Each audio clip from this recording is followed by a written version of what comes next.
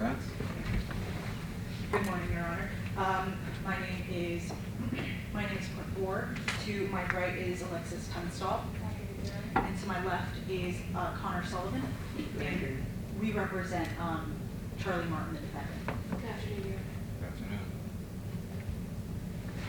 Here's your receipt for trial, Your Honor. Yes, you may. We'd like to start by asking about your preferences for your courtroom. How would you like us to handle moving about the well? You may move about freely. You'll need to ask permission. Would you like us to ask to approach witnesses? Nope. Would you like us to, after an objection is sustained, would you like us to move to strike or assume it's stricken? Assume it's true. Your Honor, we've prepared a bench book with relevant case law, stipulations, as well as a gender pronouns form and a character evidence form that was agreed upon and signed by both parties. May my co-counsel approach to tender those now? Is that you? Are you okay with all of that? Yes, Your Honor. All right. You may approach.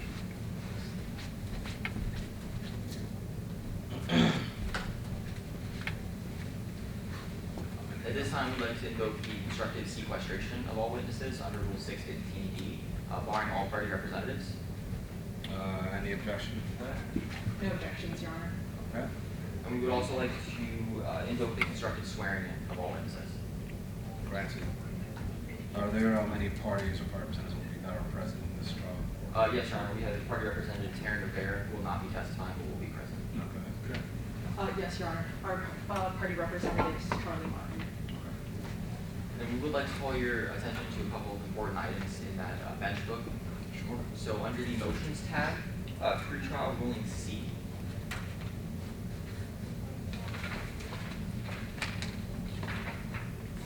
Okay.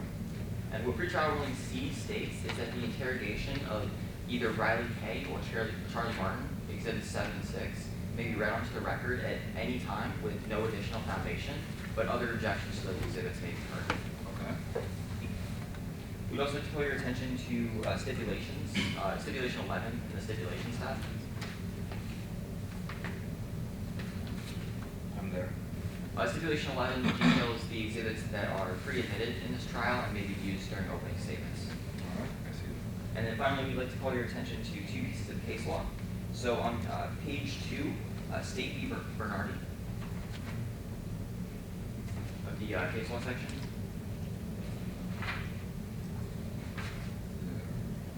Cases.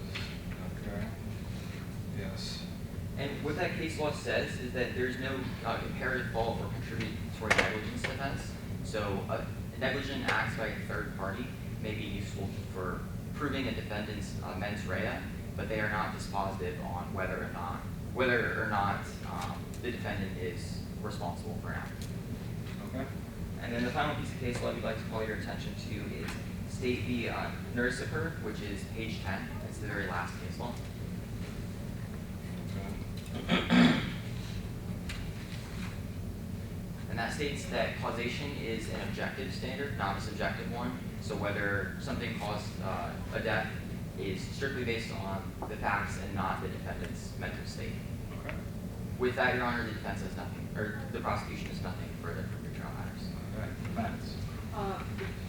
Everything has been covered for pre-trial. The defense is ready to proceed. Okay. Opening statements from the government. Yes, Your Honor.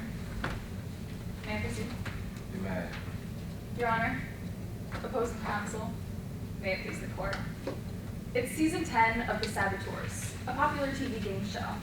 It's the all-star season. Previous contestants and the biggest names of reality TV were brought back. $1 million and reputations were on the line. Tensions were high, only getting higher throughout the season.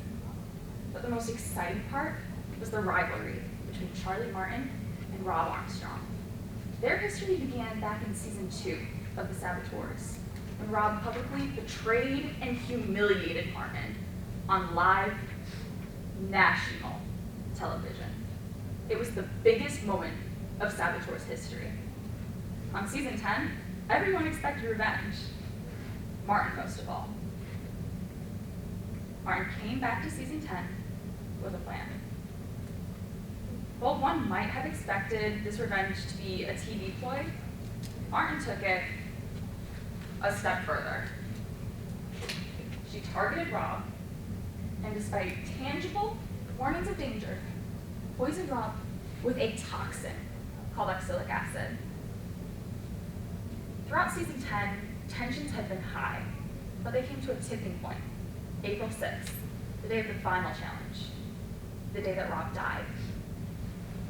The final challenge was made up of 3 parts. It started out with a race through an obstacle course, followed by a 30-foot dive underwater. And it ended with a puzzle. Rob made it through the obstacle course just fine. But when he came to the dive and he put on his mask, something went wrong. It was filled with a toxin called oxalic acid that the defendant placed there.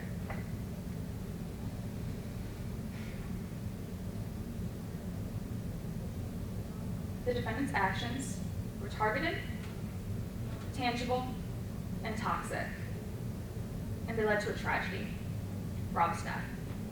It was not an accident, which is why we, the state, charged the defendant with murder, a first-degree felony under Midland's Penal Code 18-03.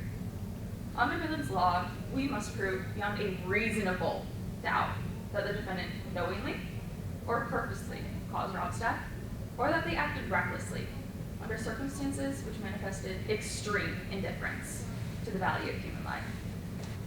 We'll meet this burden by calling 3 witnesses, Mr. Riley Kay, Ms. Lennox Reynolds, and Dr. Atlas Hartley. During these testimonies, I expect you'll hear what the Saboteurs was supposed to be about, how it starts out with 20 contestants, 3 of which are saboteurs. Saboteurs get to play tricks called sabotages to try and win the game. Over the course of this trial, I expect you'll hear about sabotages that were allowed and others that obviously crossed the line of safety. Sabotages performed by the defendant. Over the 10 seasons of the Saboteurs, nearly 200 contestants, many lost, but only one never moved on. Only one took their loss as motive for murder. When Mr. Riley Kay testifies today, I expect you'll hear how the defendant targeted Rob. How after the defendant was humiliated in season 2, they were ridiculed on social media. They became a joke. When season 10 was announced, 5 years later, the defendant seized their chance for revenge. They came back to season 10, plans and backup plans. When Ms. Lennox Reynolds testifies today, I expect you'll hear tangible warnings of danger she gave to the defendant about oxalic acid. And that's not the only time the defendant was made aware of oxalic acid. Right before filming for season 10, the defendant downloaded a material safety data sheet for oxalic acid onto their personal cell phone. And finally, when Dr. Atlas Hartley testifies today, I expect you'll hear about a toxin called oxalic acid. By the end of her testimony, I expect you'll hear how that toxin caused Rob's death. After the defendant was humiliated in season 2, they came back to season 10 with a plan. She targeted Rob, and after hearing tangible warnings of danger, poisoned Rob with a toxin, bringing her plan to its close. The defendant's actions were targeted, tangible, and toxic. I want you to remember what defines murder. If you find either the defendant wanted Rob dead, or that she knew her actions would kill Rob, or even that she acted without care for Rob's life, you must find the defendant guilty. If, or rather when, you do not have any reasonable doubt, you must find the defendant guilty. Thank you.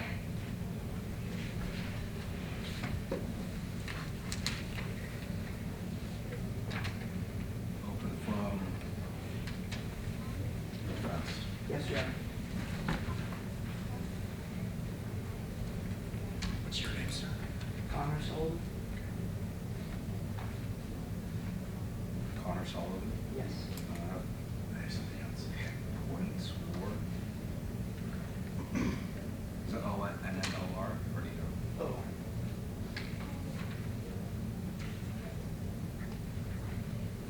Bryce Nickerson. Yes, Your Honor. You may proceed. Your Honor, opposing counsel, members of the jury, may it please the court. How much does good TV cost? This is a case where the greedy producers of the TV show The Saboteurs made decisions to manipulate and mislead one of their own contestants, Charlie Martin. Because of those producers making those decisions, it unfortunately led to the death of another contestant, Rob Armstrong. Today, the state will argue that Charlie Martin is to blame for the death. However, throughout this case, we will show you many things that they will not tell you. Throughout this case, we will show you what the real cost of good TV is.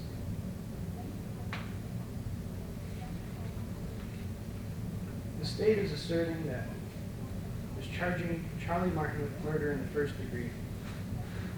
To prove this, they have to show that Charlie Martin caused the death of Rob Armstrong, either purposely, knowingly, or recklessly, while showing an extreme disregard for human life.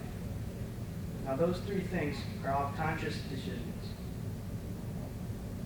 They have to be aware of what they're doing when they have the mindset of one of those three things. However, we will show you today that Charlie Martin never consciously intended to do anything that would harm Rob Armstrong. One of the things that the state will not tell you is how the production team had to convince Charlie Martin to even come back on the show after she was humiliated. To do this, we will call our first witness, the host of the Saboteurs, Indigo Quaid. Indigo Quaid will talk about how Riley Kay had to convince Charlie Martin, and how Indigo Quaid herself also had to talk to Charlie Martin. And that Charlie Martin only agreed to come back after she found out Rob Armstrong would not be on the show with her. However, that was not the case. The production team decided to bring both of them back for season 10. Indigo Quaid will also talk about how the production team would sometimes break rules or go too far. Another thing that the state won't tell you is how severely impacted Charlie's mental health was by the TV show. To show you this, we will call our second witness, Dr. Michael Lynn, a forensic psychologist who evaluated Charlie Martin. Dr. Lynn will tell you how Charlie Martin was manipulated by the production team. Dr. Lynn will talk about how Charlie Martin was constantly reassured by the production team that the proper safety measures were in place. And Dr. Lynn will talk about how that safety measures can lead to contestants believing that there's a safety net while on the show. It also can lead contestants to believe that there are no real consequences for their actions while they are on the show. Another thing that the state won't tell you is how horrible the contestants were treated while on the TV show. We will call Charlie Martin herself to testify to the extreme conditions on the show. Charlie Martin will talk about how while on the show, she was often sleep deprived and hungry. Talk about the constant pressure to go further and further by the production team. We'll talk about her and all the other contestants were all treated like this on a regular basis. Charlie Martin will also tell you that she never intended to hurt Rob Armstrong. In this case, the burden of proof for anything lies solely on the prosecution, and never does that burden shift to us, the defense. The state must prove beyond a reasonable doubt, which is the highest standard in our legal system. They must prove not only that beyond a reasonable doubt that Charlie Martin's actions caused the death of Rob Armstrong, they must also prove beyond reasonable doubt that she did so either knowingly, purposely, or recklessly while showing an extreme indifference to the value of human life. The witnesses we will call today will tell you that Charlie Martin was not capable of forming any of those mental states. At the end of this trial, you have any questions, any reasonable doubts, something doesn't seem right, then you must find Charlie Martin not guilty. When you make your decision at the end of this trial, remember who is behind the scenes, manipulating contestants, who is responsible for making decisions that affected the outcome of the TV show, and are responsible for the safety of their contestants.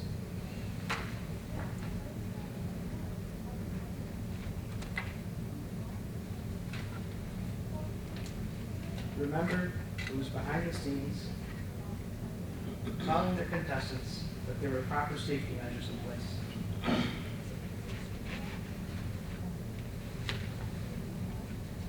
At the end of this trial, we will answer the question, how much does good TV cost? Find Charlie Martin not guilty. Thank you.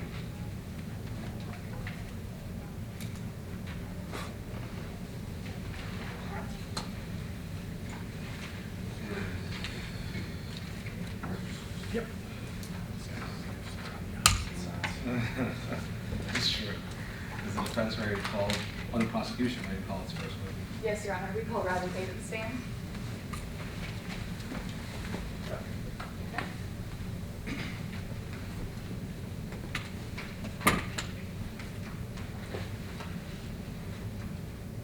Can you introduce yourself to the court, please? Howdy, my name is Riley Kay. Wonderful to meet you all. Can you tell me about yourself? Yeah, born and raised in a little town right by Houston. Like we're known for like the best smoked brisket. Pretty good. I worked on the Greatest Game Show in my opinion, the Saboteurs, and I was arrested.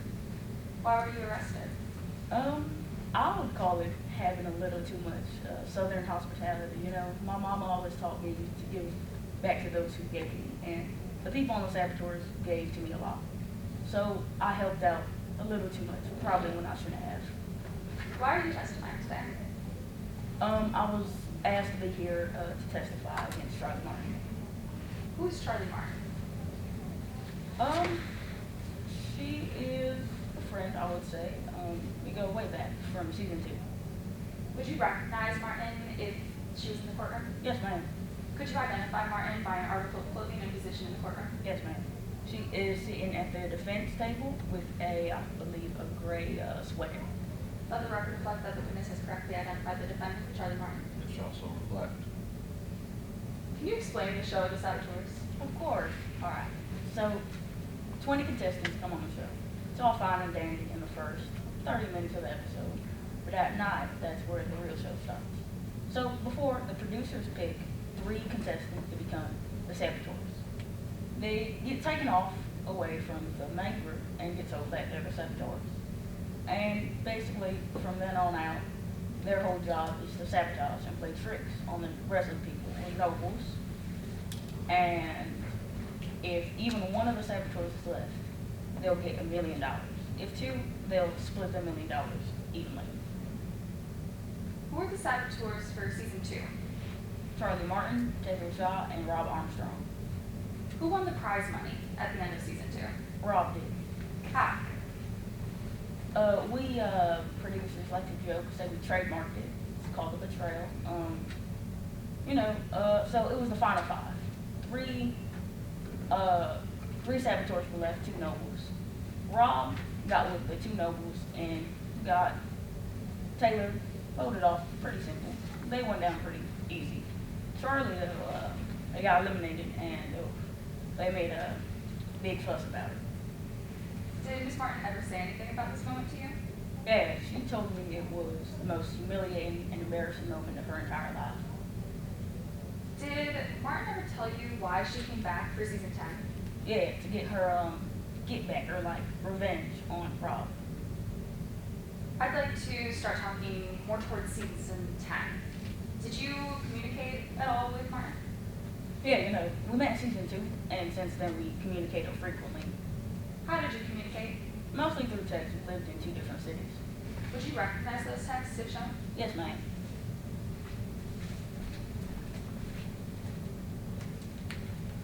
Let the record reflect, I'm approaching opposing counsel with what has been pre-marked as exhibits 18A and 18D. I'm approaching my witness in turn. Thank you, ma'am. 18D, would you have your courtesy copy? I would. What did I just hand you? These are text messages between me and Charlie Martin. Are they fair and accurate to the last time you saw them? Yes, ma'am. I offer these as the evidence at this time. Any objections?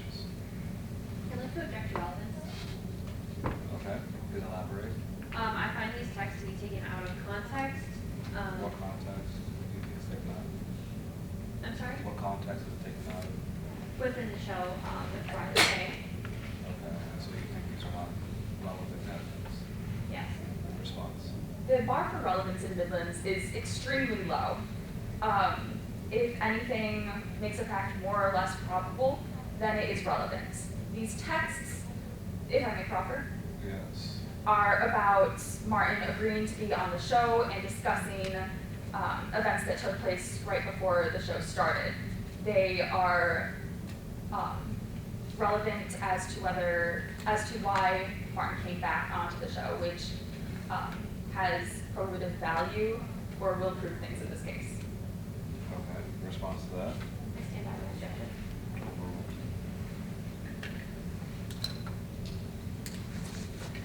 So just to clarify, this is an evidence. Yes.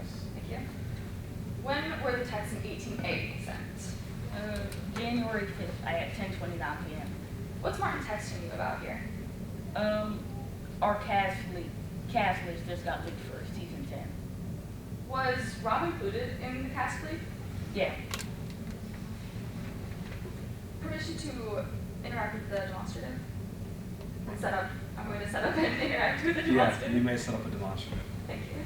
And you can feel free to move via C, the demonstrative while it's used.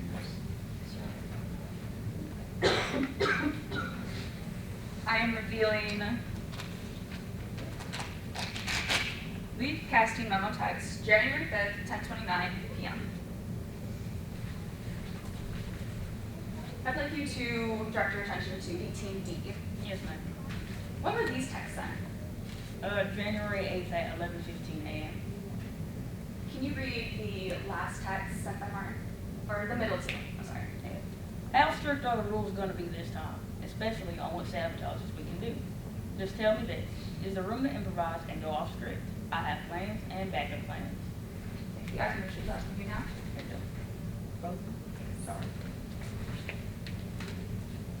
I'm revealing has plans and backup plans, January 8th, 11:15 a.m. Let's move on later towards the end of season 10. Yes, ma'am. What was the last day of filming? It was April 6th. Was there anything significant about that day?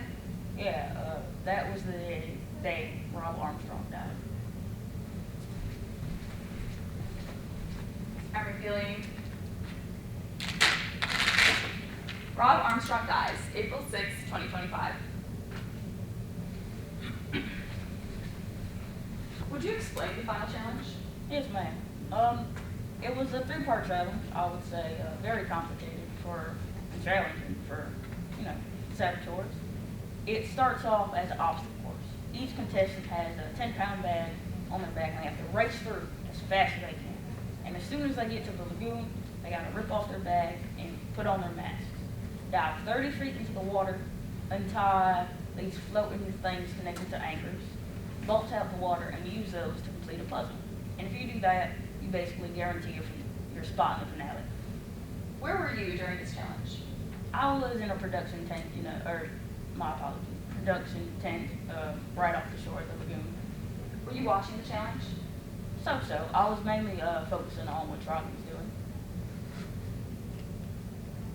Were there safety divers on set? Yes, ma'am. We were very serious about safety. Every dive challenge, we had safety divers present.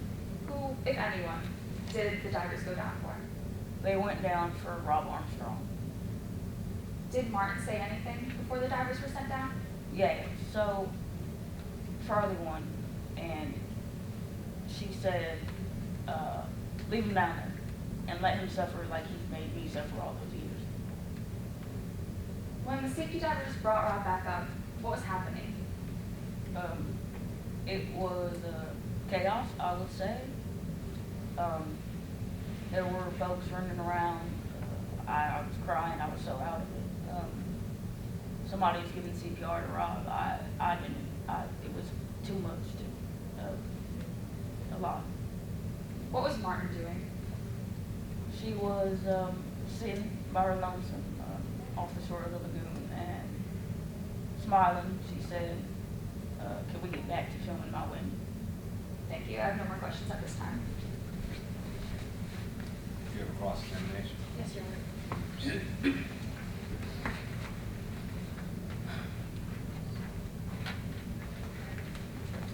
I'd like to ask you a few questions about prior to filming season 10. Yes, ma'am. You were considered a supervising producer for the season, is that correct? No, story producer. As a story producer, you have a lot of discretion on who's cast and who's not. It's me and a team of 10 other producers that decide who should come on and who should not. So I would say I have some input. You do have input on who's cast and who's not? Yes, ma'am. And when season 10 was revealed to be the all-star season, you immediately thought of Charlie Martin and Rob Armstrong, is that correct? Yeah, they were the dynamic duo of the saboteurs, things of that nature, yeah. You wanted Charlie Martin and Rob Armstrong to come back because they would boost ratings? Our ratings were already high, but, maybe a little spike in there. It was pretty good. The bad blood between Charlie Martin and Rob Armstrong might boost ratings? Maybe like the friendly rivalry, yeah. And as story producer, you got to pick who the saboteurs were, Yes. and you got to work closely with the saboteurs. Yes, I did. And it took a lot of convincing to get Charlie Martin back on the show. After a few, yeah. In fact, you had to lie to get Charlie Martin back on the show. Lie, fear. I wanted, it wasn't a big lie. It was a tiny one. It was minuscule in the grand scheme of things, yeah. This lie was that Rob Armstrong would not be invited back on the show. Yes, it was. And after that, Charlie agreed to come back on the show. Oh, yeah. And prior to filming, Psychological Studios, your studios, does a psychological evaluation on the contestants. Is that correct? Yes.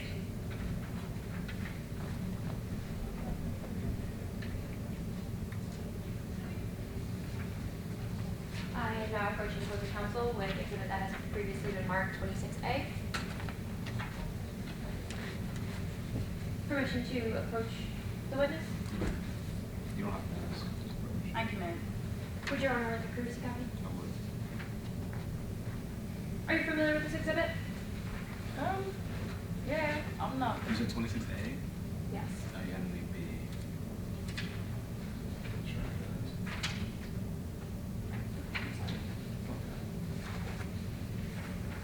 I'm sorry, 26A and B. You want to do a vote? That works, yeah. Thank you, ma'am. Sorry about that. Would you like to see 26B or 26B as well? Okay.